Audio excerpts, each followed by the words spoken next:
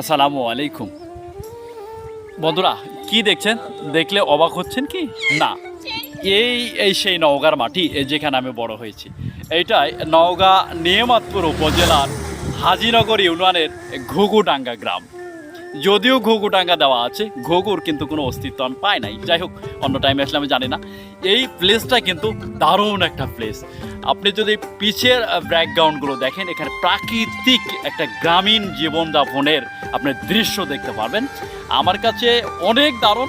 আমার সাথে একটা দারুণ ভিজিটর আছে, সে হচ্ছে এই যে কায়েস বাবু, আর সাথে আছে সাজেদ আল রাকিন, যে ঢাকা থেকে আসছে এই প্রকৃতির টানে এবং প্রকৃতির প্রেমেই সে তার কিছু ছবি ফটো ফ্রেমে বন্দি করার জন্য এই দীর্ঘ 400 কিলো অতিক্রম করা। তো এর ইতিকথা হলো, আমাদের যে খাদ্যমন্ত্রী আছে সাধন চন্দ্র মজুমদার, উনি চেয়ারম্যান